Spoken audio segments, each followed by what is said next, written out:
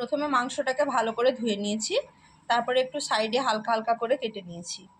এরপর দিয়ে দেবো ফেটিয়ে রাখা 1 বাটি দই।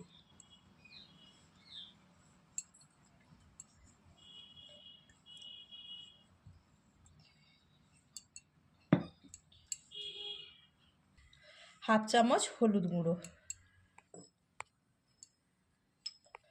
হাফ চামচ পরিমাণ লঙ্কা গুঁড়ো, 1 চামচ আদা বাটা, 1 চামচ রসুন বাটা, 1 চামচ লবণ। এরপর ভালো করে পুরোটা আমরা ম্যারিনেট করে নেব।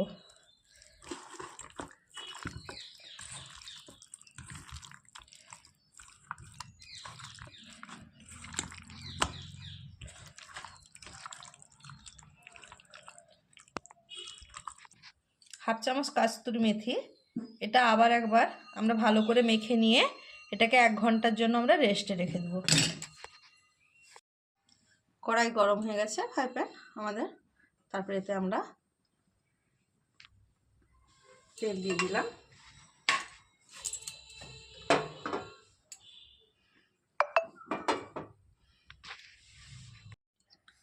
প্যান আমাদের গরম হয়ে গেছে, আমরা তেল নিয়ে নিয়েছি এতে।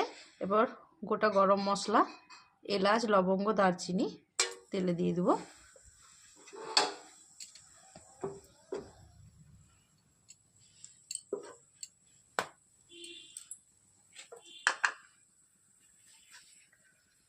তিনটে বড় সাইজের পেঁয়াজ আমরা কুচিয়ে রেখেছি, এরপর আমরা সেটা তেলে দিয়ে দিব।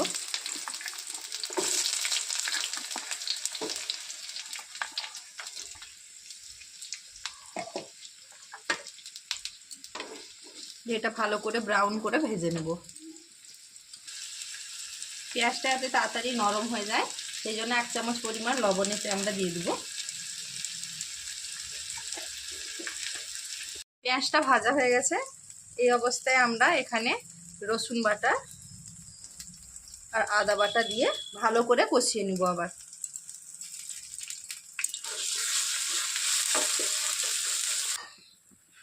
এরপর এতে কাজু, আমন্ড আর কাঁচা লঙ্কার একটা পেস্ট করে রেখেছি, এইটা আমরা দিয়ে দেব। এটাকেও ভালো করে আমরা কষিয়ে নেব মশলার সঙ্গে। ভালো মতো বাদামের পেস্টটাও দেওয়ার পরে ভাজা হয়ে গেছে, দেখতেই পাচ্ছেন চারিদিকে তেল ছেড়ে দিয়েছে। এই অবস্থায় আমরা ম্যারিনেট করে রেখেছিলাম যে মাংসটা, সেইটা এর মধ্যে দিয়ে দিব। ম্যারিনেট করে রাখা মাংসটা দিয়ে দিয়েছি, ভালো করে নাড়িয়ে নেব।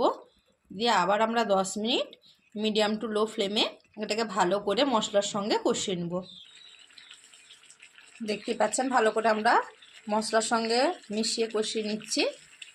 এরপর এতে আমরা 1 কাপ পরিমাণ গরুর উষ্ণ দুধ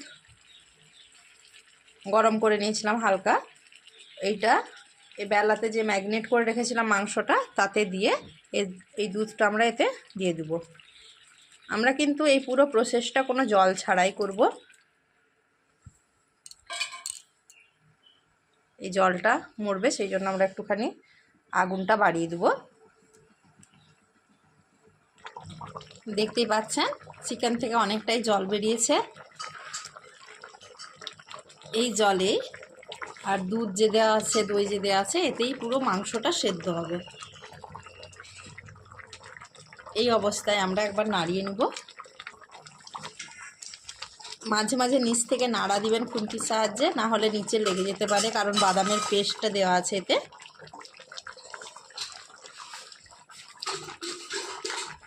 এরপর ভেজে রাখা জিরা, ধনে আর মৌরি যে গুঁড়ো করে রেখেছি পেস্টটা, এটা আমরা উপর থেকে ছড়িয়ে দেব।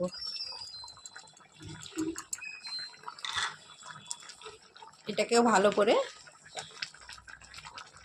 আমরা মাংসর সঙ্গে মাখিয়ে নিলাম।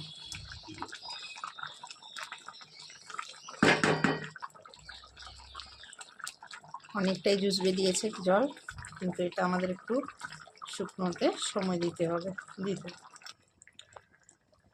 দেখতেই পাচ্ছ বন্ধুরা চিকেন থেকে তেল ছেড়ে দিয়েছে, গ্রেভিটাও কতটা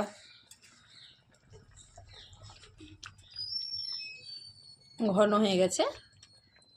আর চিকেনটা আমাদের খুব সুন্দর সেদ্ধ হয়ে গেছে। এই অবস্থায় আমরা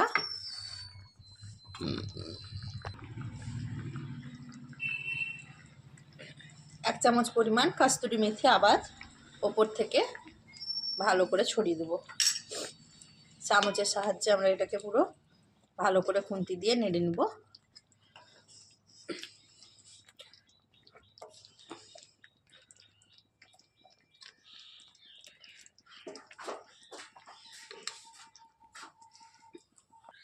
বন্ধুরা, আমাদের চিকেন মহারানি রেসিপি পুরোপুরি রেডি। দেখতেই পাচ্ছেন কত সুন্দর লাগছে। তো আপনারাও এইভাবে চটজলদি বানিয়ে ফেলুন বাড়িতে চিকেন মহারানি রেসিপি। তো রেসিপিটি কেমন লাগলো অবশ্যই আমাকে জানাবেন, আর আপনারাও বাড়িতে এইভাবে তৈরি করে খান।